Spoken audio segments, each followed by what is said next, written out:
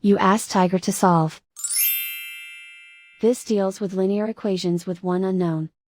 The final result is x equals 8. Let's solve it step by step. Simplify the expression.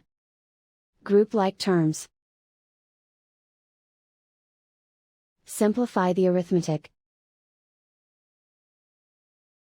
Swap sides.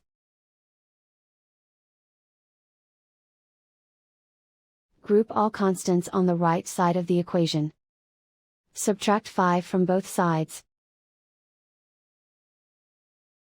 Simplify the arithmetic.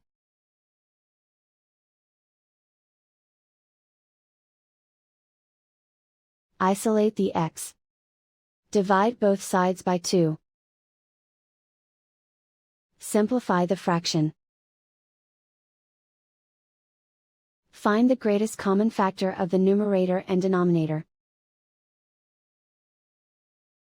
Factor out and cancel the greatest common factor.